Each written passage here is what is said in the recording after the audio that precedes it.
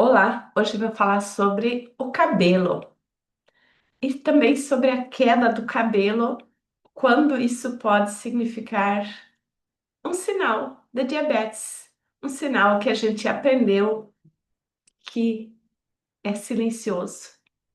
Então, quem tem queda de cabelo, quem tem problema com os pelos do corpo, sabe que isso não é silencioso. Eu acredito de fato que é um dos produtos que mais as mulheres buscam solucionar os problemas com pelos, né? Eu digo mais buscam no sentido assim, buscam e não conseguem o resultado desejado. Raramente um tratamento capilar dá resultado. É muito raro a mulher que fica satisfeita com tratamentos. E por isso é uma busca constante. E eu digo também é diferente, por exemplo, a medicação mais vendida é para ansiedade. Mas quando você toma uma medicação para ansiedade, você tem a ilusão de que está tudo certo, que está funcionando, né? Mesmo que está te mantendo doente internamente, mas você tem a ilusão. Já em relação aos cabelos, é algo muito visível. Então, eu sou terapeuta especialista em diabetes e doenças crônicas.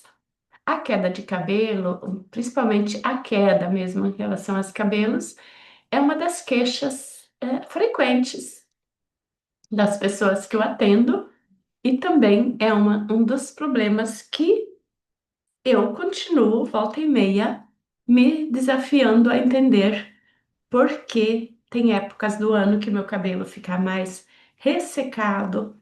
Agora nós estamos no início do inverno. Hoje, pela manhã, 1 grau positivo. Enquanto semana passada, domingo, 3 dias atrás, estava 25 graus.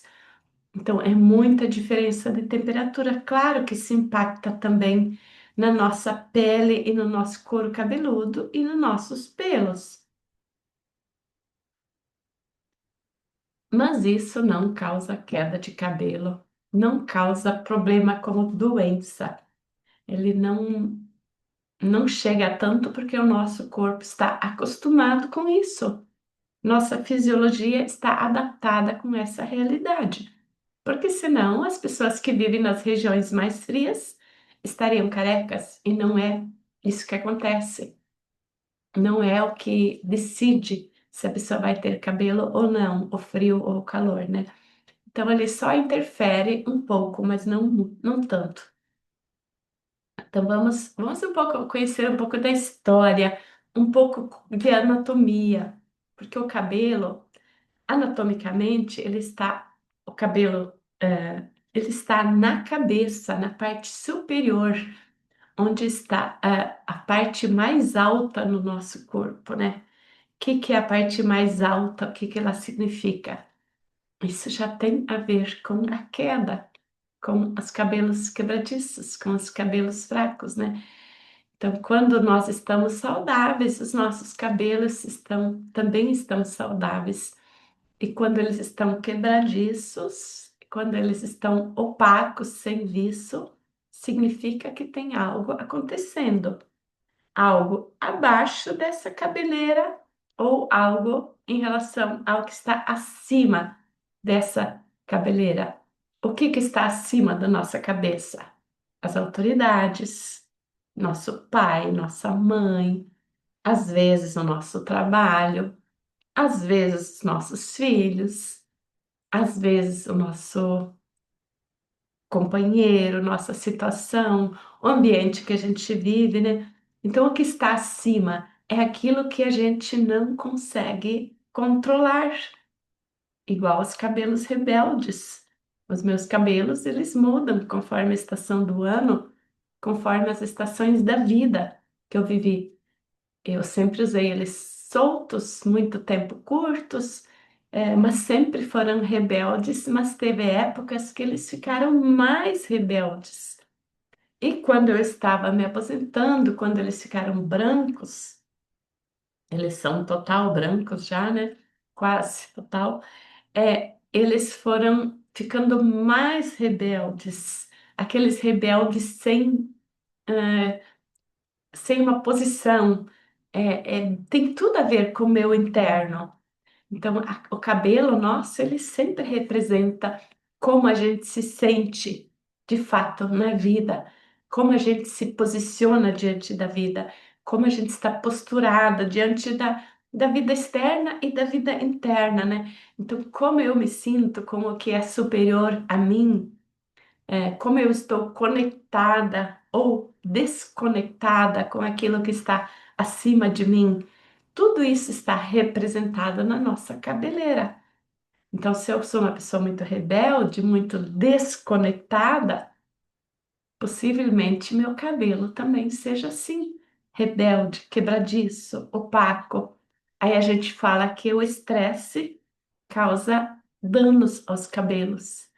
Qual estresse causa danos aos cabelos? Não é qualquer estresse, porque, por exemplo, estresse da gestação. A maioria das mulheres, eu fui uma delas, eu tive diabetes nas gestações, mas durante a gestação o meu cabelo crescia muito mais e ficava mais viçoso e mais comportado. Ele ficava mais ajeitado, ele não ficava tão rebelde, tão danificado. E a gestação é um período de estresse, é um período de que a mulher fica mais vulnerável, mais sensível, mais fragilizada, né? Então não é qualquer estresse que danifique o cabelo. E é isso que se você tem problema no cabelo, você precisa ser o seu próprio médico. A medicina germânica tem essa base. Você é o seu próprio médico. Você é responsável para entender o que acontece com você e com isso você também consegue encontrar a solução. Isso é libertador, porque a gente aprendeu que o nosso médico é aquela pessoa lá que a gente paga e a solução está naquele remédio que você aplica, que você toma, no tratamento que você faz, algo externo. Algo que te agride também, né? Porque se você toma medicação, eu tomei muita coisa já para as quedas de cabelo no ano passado, porque eu aos 50 anos o meu cabelo estava muito ruim, aos 40 também. Então teve épocas da minha vida que meu cabelo foi muito danificado e eu gastava com produtos anti-caspa, anti-seborreia, anti-quebradiço, usava shampoos especiais, comprei até um chuveiro com adaptador para tirar o cloro. E nada, resolvia. Às vezes pode ser que melhorava um pouco, mas não resolvia, porque o que causa a queda do cabelo, o enfraquecimento, vem do interno, né?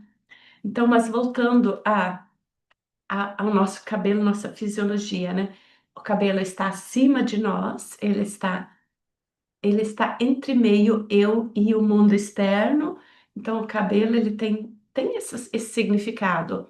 Ele é uma antena. Depois eu vou explicar mais um pouco sobre isso, né? Os cabelos são nossas antenas com o mundo externo. E se a gente vai olhar também para a história da humanidade. Os cabelos sempre foram usados, se você lê a Bíblia, se você lê os livros lá dos reis, muitas épocas da nossa história, da história da humanidade, os cabelos sempre foram usados como símbolo de força e também como símbolo de liberdade.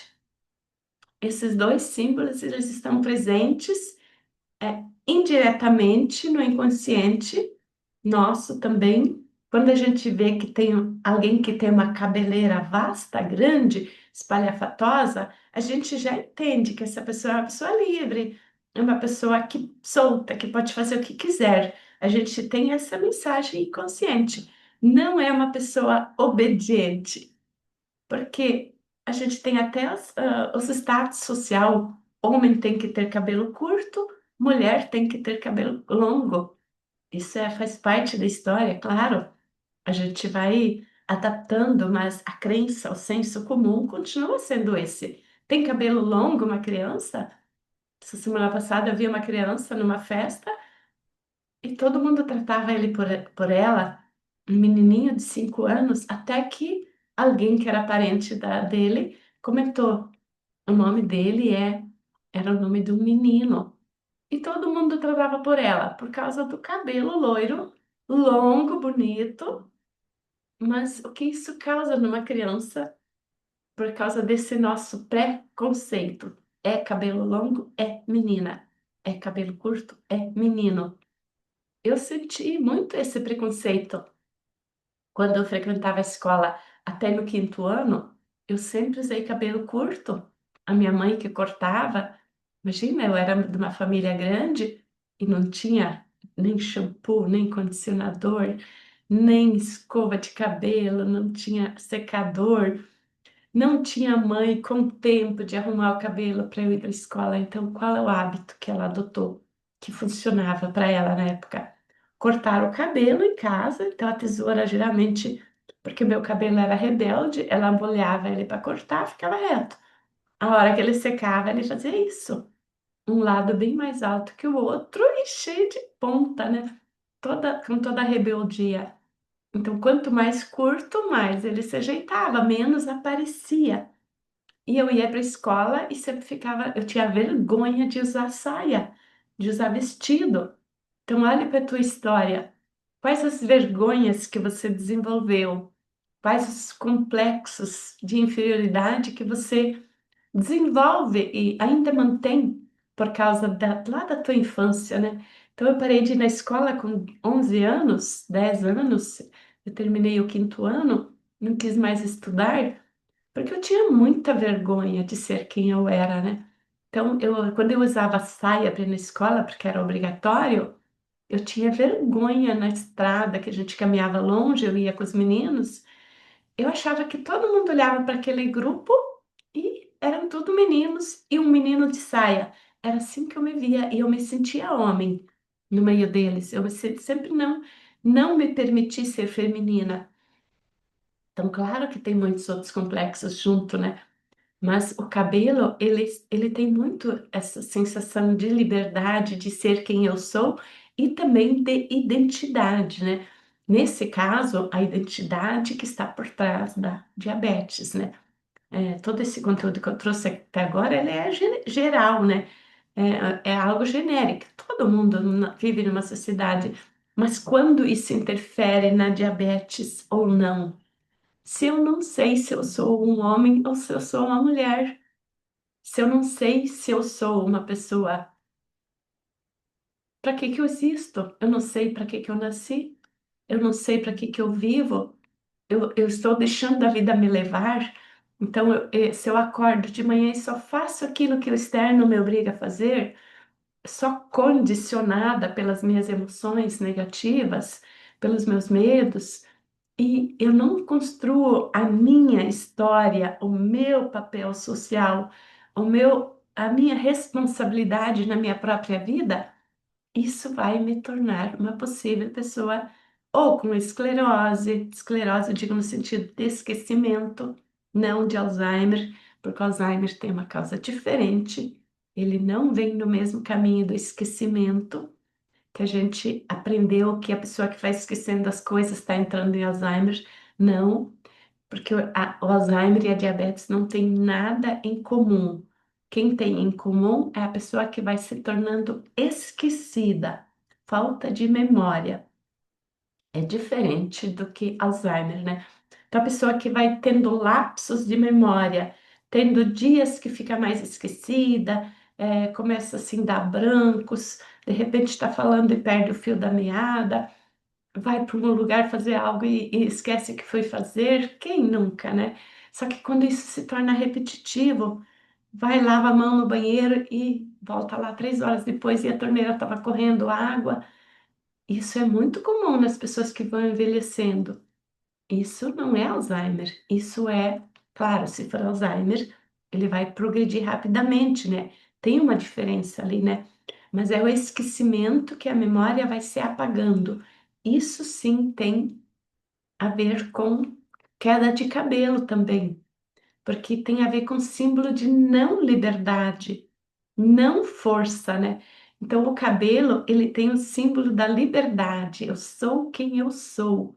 Eu sou uma pessoa forte, não forte de brigona, de guerreira, mas uma pessoa que eu consigo ser quem eu sou, independente do mundo externo, né?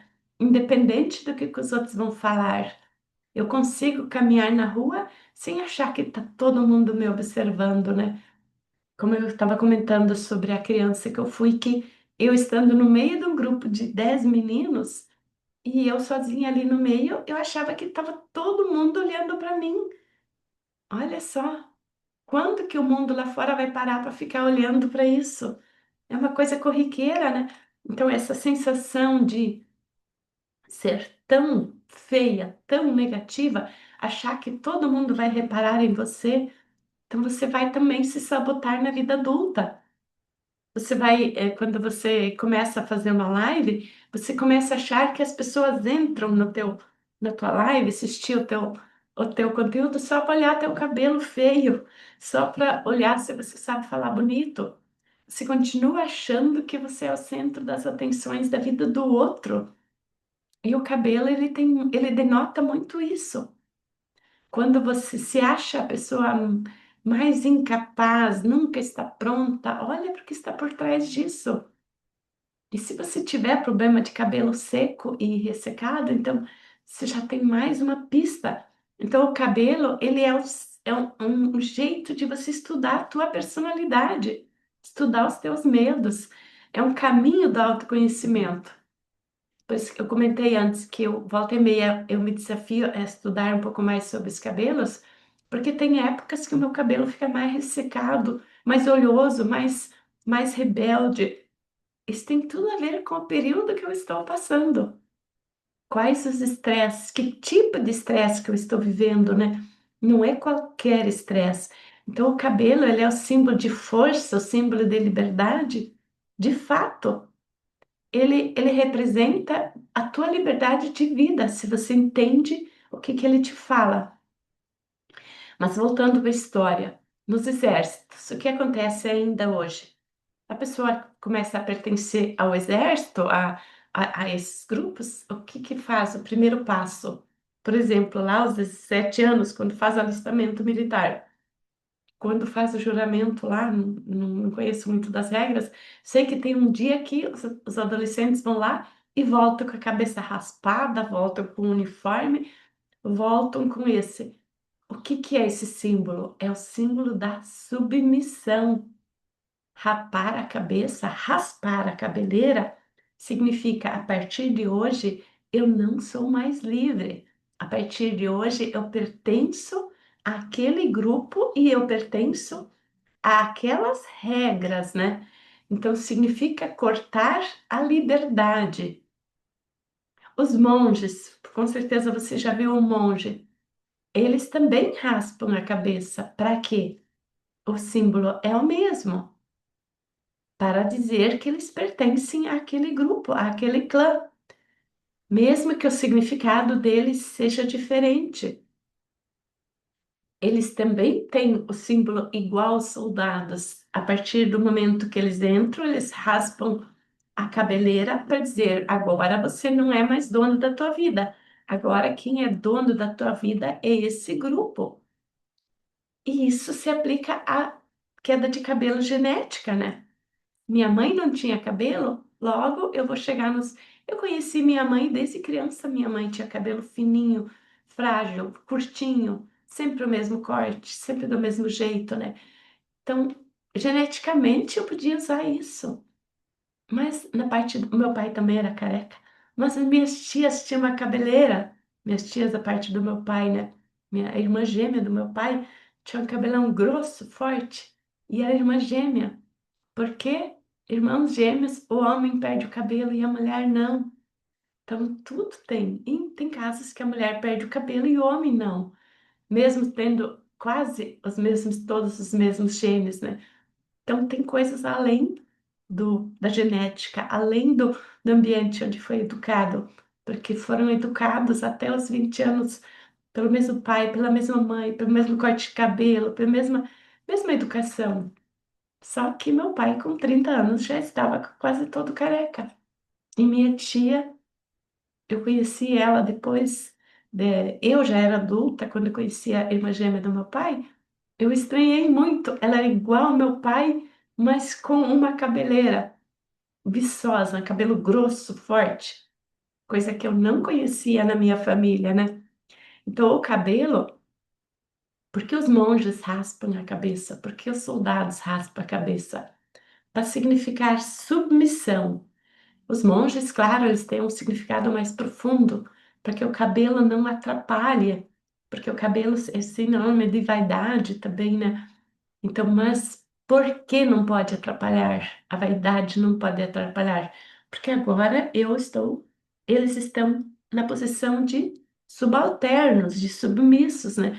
Então, se você não permite teu cabelo crescer internamente, teu cabelo está sempre fragilizado.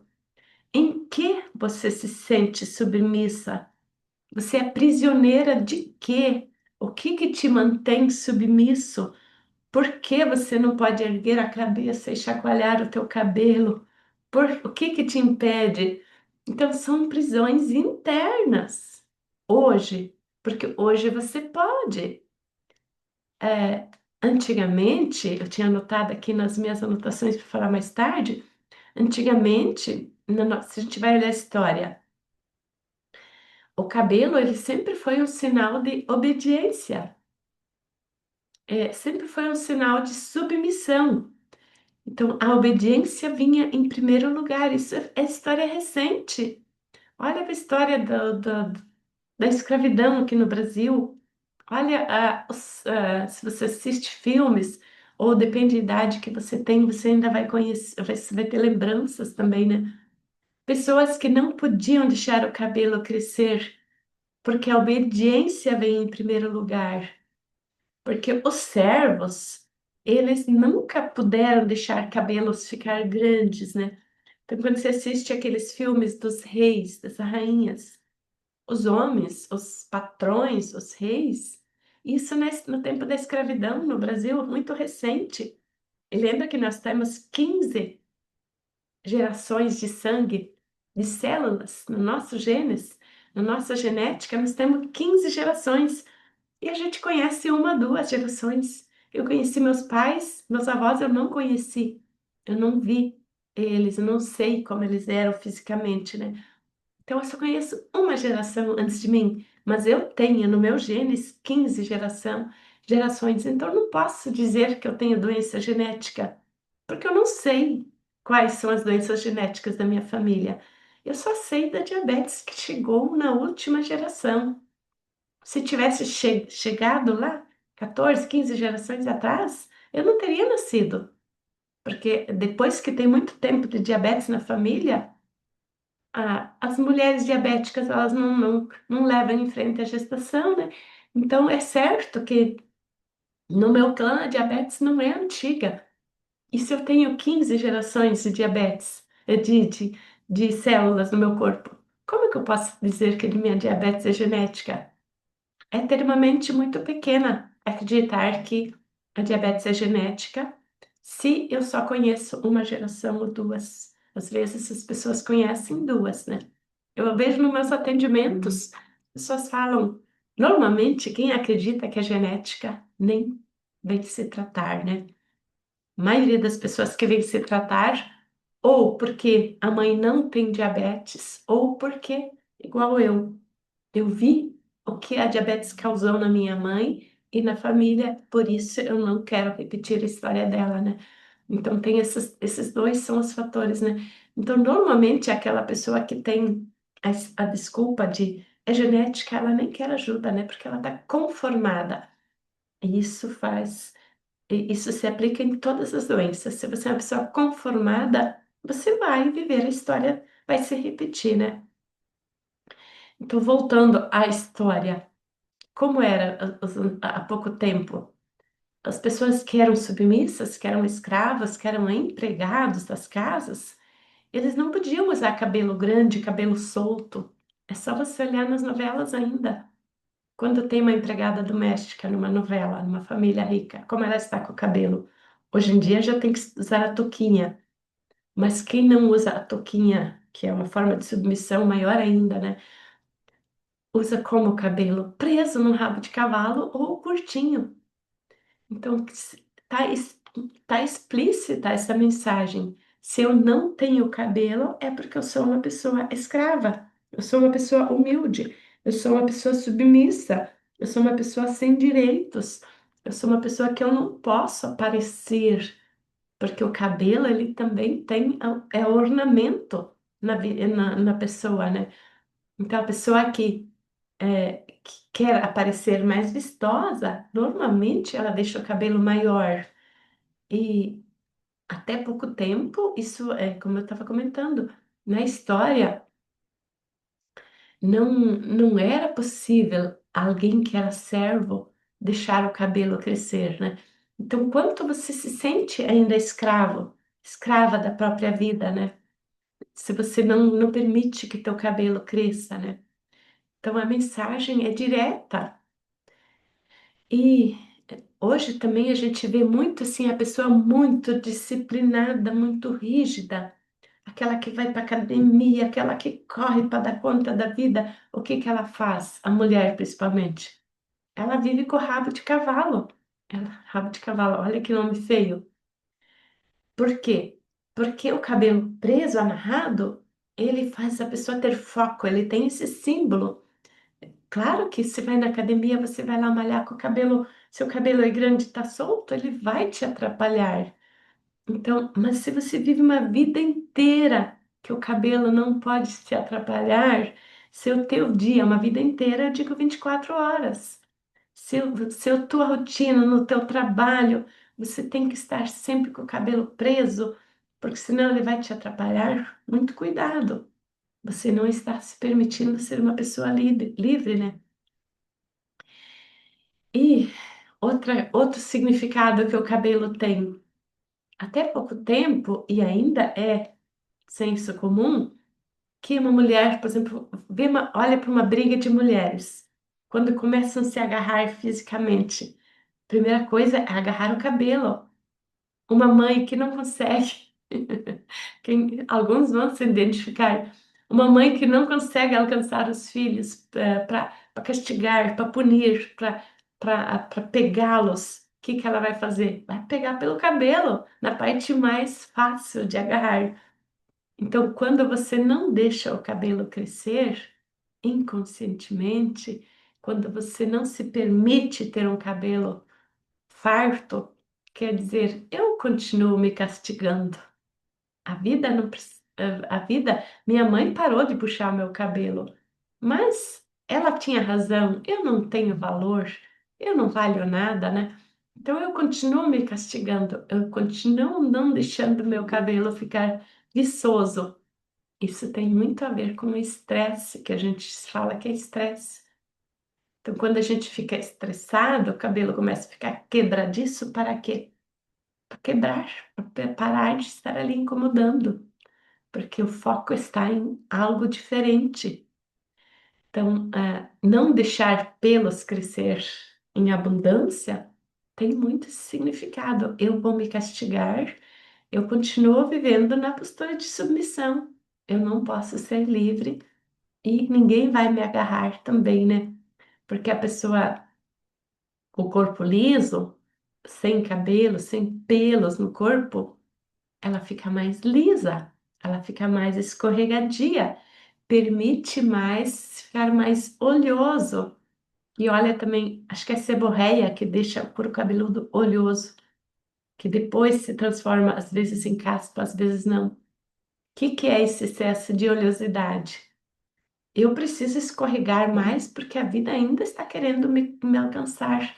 Alguém ainda está querendo me castigar. Então, olhe para você.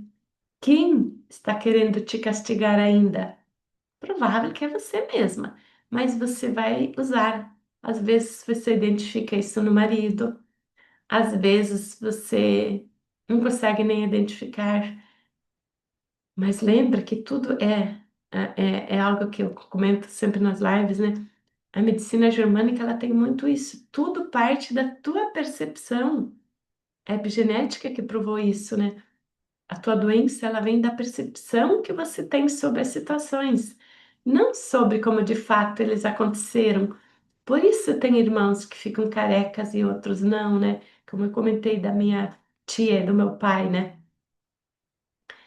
Então, olhando para tudo isso, a pele da cabeça, a nossa pele, ela é um palco para a gente identificar como a gente está vivendo nossa vida, como a gente está sendo, que papel a gente está desempenhando na nossa história. Você só tem uma vida. Você só nasceu, pode ser que você nasceu há 30 anos atrás, há 20, há 50. Então você nasceu para esta vida. Que papel você está ocupando ainda? Você está vivendo a tua vida como um operário na época passada, que não podia usar uma peruca espalhafatosa, que não podia ter um cabelo espalhafatoso? Que papel você ainda usa na tua vida? Outro papel que as mulheres do passado, que era? Passado recente. As mulheres que eram pegas traindo, como elas eram castigadas? Por exemplo, uma mulher que traía o marido podia raspar a cabeça dela. Talvez na tua família tenha essas histórias. Tem maridos que não deixam a mulher deixar o cabelo como ela quer, porque ele continua raspando a cabeça dela com medo das traições do passado, né? Então, olha quanta submissão nós ainda vivemos. Tem maridos ainda que controlam o corte do cabelo da esposa. E tem mulheres que deixam, que gostam desse controle. Então, tudo depende do lugar que você ocupa, né? Então, você ainda não permite ser um rei, uma rainha da tua vida, né? Você ainda continua se escondendo, né? Outra coisa que acontecia com as mulheres até recentemente, se uma mulher era pega conversando com um soldado que pertencia a outro batalhão, era raspada a cabeça. É o mesmo significado do homem que pode raspar a cabeça da mulher. Era um símbolo de dizer, ela está com a cabeça raspada porque ela não é de confiança. Ela não é uma pessoa que mantém, não é de palavra. Como você se sente em relação a você? Você se sente uma pessoa de confiança? Você pode confiar em você mesmo? Quantos compromissos você já assumiu contigo e você não cumpriu? É só você olhar para a tua história. Quando você assume compromissos, você se matricula na academia, agora eu vou todos os dias malhar. E de repente você percebe que você já faz um mês que você não está indo. Você começa a fazer um estudo, fazer um curso. Não, agora tenho muitos colegas, eu também já fiz isso muito. Esse curso sim vai ser o resultado da minha vida. Daí assiste umas aulas, fiz uns meses naquele foco, naquela. Ah, não, vou começar outro curso, porque esse professor só prometeu propaganda enganosa. Eu não consigo aplicar isso que diz a lei, né? Então, ainda é uma forma de dizer eu não sou de confiança. É uma coisa muito interna, como eu falei lá no começo. O cabelo, ele tem uma representação muito profunda sobre aquilo que está acima da minha cabeça ou aquilo que está para baixo da cabeleira, né? Então, o cabelo, ele não tem só a função de enfeitar. Ele diz tudo sobre como você se sente, como você vive tua vida, que papel você desempenha, né? Então, aqui estou falando com você, eu digo porque provável que você que está assistindo, você está assistindo para entender em você. E se você é um terapeuta, assim como eu estou pesquisando cada vez mais, porque os meus pacientes, muitos vêm buscar solução sobre queda de cabelo. E digo, mas tá, eu ajudo a pessoa a sair da diabetes, a pessoa sai da depressão, mas a queda de cabelo ainda está sendo um problema. Então, por isso eu continuo estudando mais, né? Então não é assim numa live que você vai entender toda a profundidade, mas é você sendo médico de você mesma. Então, se você é terapeuta, não assuma esse cargo sozinha, porque quem vai ser o médico de si mesmo é o teu paciente, o teu cliente. Então, você como terapeuta, você precisa ter todas os conhecimentos. Quanto mais, melhor. Mais você vai poder entregar, mais você vai poder cobrar também pelo teu trabalho. Mas os 50% do paciente você não vai conseguir resolver. Então, se a pessoa se nega a se olhar, a mudar esse lugar de submissão, porque se a pessoa que você atende continua vivendo a vida dela do mesmo jeito que ela vivia antes de você tratar ela, não vai dar resultado o tratamento, né? Também para os outros sintomas. E é para tudo assim. Se você faz um curso, se você faz um tratamento, se você faz algo, mas o teu jeito de olhar para você não mudou, você vai continuar entendendo que você não é uma pessoa de confiança, que você não é uma pessoa de sucesso. Não, você não vai se sentir uma pessoa abundante e não vai ter abundância de vida em todos os sentidos, né? Porque abundância de vida é ter cabelo, é ter saúde, é ter dinheiro, é ter liberdade, é ter força, é tudo isso que o cabelo representa. Então, os cabelos rebeldes, eles também são uma forma de compensação.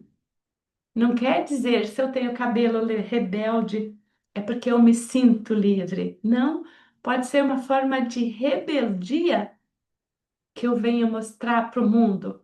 Eu não me conformo, eu não me adapto às regras, né? Então, o cabelo rebelde, ele tem muito isso, né?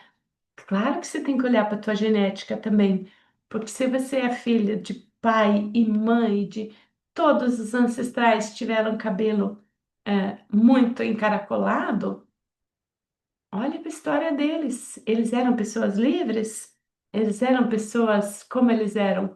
Agora, não quer dizer que se você é filha de índio aqui no Brasil, os índios têm cabelo liso, no Paraguai também, os índios que eu conheço, eles têm o cabelo liso, mas é muito rebelde o cabelo deles, muito duro. Então, também tem o significado, né? Então, sempre tem que olhar para o todo, não só para olhar, não, eu sou uma pessoa muito passiva, tudo de boa, então isso não tem nada a ver. Olha para as 15 gerações que você carrega. Não é só aquilo que você enxerga de você hoje.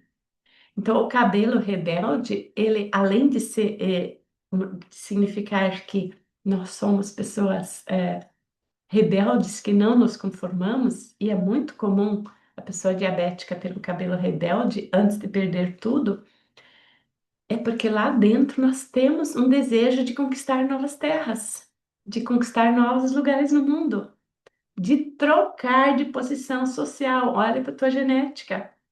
Teus ancestrais estavam satisfeitos com a posição social que eles ocupavam, ou de trocar de família. Às vezes, na tua família, todo mundo tem cabelo liso, você é a única pessoa que tem cabelo rebelde. Eu sempre fui essa. Agora, minhas irmãs também têm cabelo rebelde. Mas eu, quando criança, eu era a única do cabelo enrolado. Eu nunca me senti pertencente à minha família, né? Mas depois que eu cresci, que eu fui conhecer meus primos, outros parentes, eu vi que muita gente tinha cabelo igual ao meu. Só que as minhas irmãs tinham cabelo liso. Então, uma criança se apega a isso. Eu me sentia não aceita pelo clã. Então, às vezes, é uma forma de rebeldia, não querer ser aceita também. Ah, é muito profundo isso, né? Mas o cabelo, ele mostra isso. Se você perde, como eu falei antes, se você perde todo o cabelo, é porque você já tem um desejo de escorregar para fora daquela realidade. Agora, se você mantém um cabelo rebelde, viçoso, quer dizer que você está na luta ainda, né? Você lá dentro, você ainda tem um desejo. E olhando mais para a natureza ainda, os pássaros. Olha para um pássaro quando ele está brabo, quando ele está querendo mostrar poder, querendo mostrar que ele é maior do que você. Pode ser um passarinho pequenininho, um papagaio. Na minha mãe tinha um papagaio que eu morria de medo dele. E eu chegava perto dele, ele já se ouriçava todo para dizer: Eu posso sim te atingir. Eles arrepiam as plumas. E minha mãe chegava perto dele, ele ficava todo mansinho, porque tudo é troca, tudo faz parte, né? Então, os animais também, os gatos, quando eles estão brigando, o que que eles fazem? Eles se arrepiam todo, eles ouriçam o corpo todo para mostrar que eles têm poder, para mostrar que eles são grandes. Então, o cabelo rebelde nosso, ele tem muito isso. Só que eu não tenho mais esse poder que eu estou pronta para o enfrentamento. Eu vou deixar o cabelo todo cair porque eu não me sinto capaz de enfrentar. Aí é muito comum ter a seborréia, ter todos aqueles nomes lá que falam que causa queda de cabelo, porque eu não me sinto pronta para o enfrentamento. Então é melhor que o cabelo caia para não me atrapalhar, para que ninguém consiga me castigar. Então sempre tem que olhar, você está pronta para enfrentar as brigas da vida? Ou você está mais pronta para fugir do mundo, para se esconder do mundo, né? Então, o cabelo, eles são como um apêndice da pele. Onde que está a raiz do nosso cabelo? Ele passa na derme e na epiderme. Então, ele tem vários significados. A medicina germânica fala os problemas de pele e de epiderme são dois tipos de conflito, né? Um é conflito de contato, de separação, quer dizer o quê? É sobre isso que eu estava falando. Não querer chegar perto das pessoas, querer distância, né? Então, isso é um conflito de contato e separação. Eu quero distância daquilo que está me oprimindo, daquilo que está me afligindo.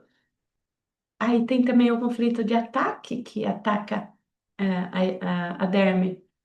Então, para não ser atacada, para não ser atingida, o cabelo, ele junta todo um líquido ali, ele aumenta a produção da gordura para que a raiz não se fortaleça. Tudo tem um propósito biológico. O doutor da medicina germânica, ele não chamava nada de doença. Ele dizia tudo é um programa especial de sobrevivência. Então, tudo que acontece no teu corpo, não importa se é obesidade, se é queda de cabelo, se é seborreia, se é caspa, é um programa especial da natureza, da tua natureza, para você sobreviver, apesar de tudo aquilo que você enfrenta, que você está enfrentando, né? Então, mais uma vez, falando sobre os animais, para que que serve o bigode do gato, dos felinos? É uma antena para farejar os perigos. Nosso nariz é o farejar. A gente tem rinite, sinusite, quando fareja perigos, né? Então tá tudo relacionado. Nós somos iguais aos animais. Os animais, eles têm o bigode e você pode observar se você tem um gato, se você tem um animal, ou quando você assiste filme, o animal que tem o bigode, quando ele fareja, ele desconfia que tem algo que pode ameaçar a sobrevivência dele. Ele mexe as anteninhas. É muito sutil, a gente não está acostumado a perceber. Então, nós, quando a gente percebe que é algo que está ameaçando a nossa sobrevivência no inverno, o que que faz a nossa cabeleira? Arrepia, fica mais rebelde. Para quê? Porque o frio pode estar ameaçando a minha sobrevivência. Então, é natural o cabelo ficar mais ressecado no frio. Claro, se eu exagero, use secador de cabelo, use água fervendo para lavar, use muitos químicos, essa rebeldia vai aumentar, porque daí vai ter também os conflitos de ataque, que eu falei antes, né? Então, muito ataque ao nosso couro cabeludo, aos nossos cabelos, ele vai fazer nosso cabelo ficar mais danificado. Assim como o frio, como o sol, tudo são ataques, né? Então, deixa eu ver minhas anotações.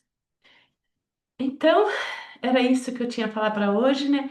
Então, olha para a tua vida. Você tem queda de cabelo, teu paciente tem queda de cabelo, ou você tem excesso de pelos no corpo, você não se permite deixar teu cabelo crescer porque você tem medo do julgamento dos outros, olhe para isso. Por quê? Por que que o outro vai te julgar pelo teu cabelo? Qual é a dor que está por trás disso? O medo da não aceitação, o medo da rejeição. Não sei se você já me escutou falando qual é o maior medo nosso hoje que a gente deixa de ter sucesso. É medo da não aprovação. E de onde vem esse medo? Lá do tempo das cavernas. Que aquele que não era aceito, não era amado pelos outros, que era rejeitado, ele era jogado para fora da caverna e era alimentado pelos os animais que se alimentavam dele, né? Ele não sobrevivia. Então, o medo da rejeição, o medo do abandono, ele vem lá do tempo das cavernas, está no teu sangue. Mas nós só existimos porque esse medo foi superado. Então, se você quer aprofundar a tua vida, quer tornar a tua vida mais interessante, você precisa olhar para os teus medos e enfrentar eles como uma pessoa adulta. Pode sim sair da caverna, tratando teus medos, olhando para teus medos, buscando ajuda, né? Então, se você tem diabetes e também tem situação com problema de cabelo, ou com tem outras doenças crônicas, eu tenho várias formas de tratamento que eu ajudo as pessoas, né? Por exemplo, em relação à diabetes, eu estou com as inscrições abertas. Agora, nesse período, estou começando a terceira comunidade para pessoas com diabetes que queiram entender a causa e solucionar a diabetes. Queiram sair da diabetes assim como eu saí. É um caminho fácil? Não, mas fique com a doença para ver se é um caminho fácil. Não é, não existe caminho fácil. Onde você aprendeu que existe caminho fácil? É uma ilusão. Nunca se ouviu falar que alguém teve vida fácil. E se existisse vida fácil, não existiria mais vida. Porque a gente só nasceu porque a gente teve coragem de enfrentar o parto ou foi obrigado pela cesárea.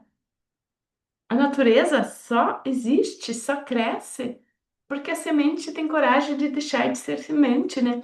Então não existe vida fácil. Existe vida que segue o fluxo.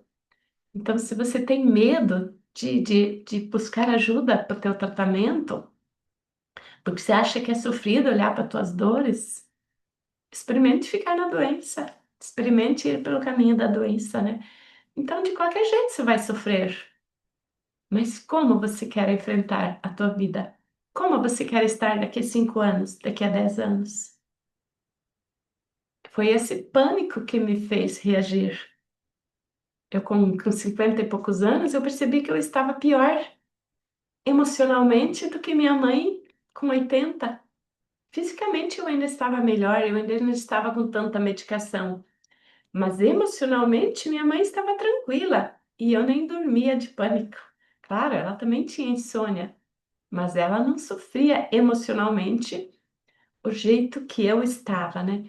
Então, esse pânico, esse medo do meu futuro de ser uma pessoa eterna sofredora, me fez pagar o preço da cura, pagar o preço de sair desse lugar.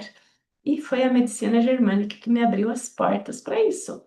Claro, depois fui estudando, fiz curso de psicoterapia, fiz de hipnose, constelação familiar. Eu estou sempre me tratando, vivendo em meio a grupos, participando de programas terapêuticos, né? Então não existe um caminho de graça, um caminho sem levantar da cama de manhã cedo e fazer a vida acontecer. Então, se você não tem um para quê, por que eu vou levantar cedo de manhã? Outro dia uma paciente me perguntou, por quê? Eu posso dormir até as 9, eu sou encostada, não tenho nada, não tenho motivos. Se você não tem um porquê, nenhum para quê levantar às 6 horas da manhã, sinto muito. Você precisa encontrar, senão você não vai melhorar nem da queda de cabelo, e nem da diabetes, e nem da depressão, e nem dos outros teus problemas. Você precisa ter um para que existir, senão você vai continuar fazendo o mesmo de sempre e tua vida vai estar cada vez mais descendo ladeira abaixo, né? Então você precisa ter um para que existir, tá bom? Até o próximo vídeo.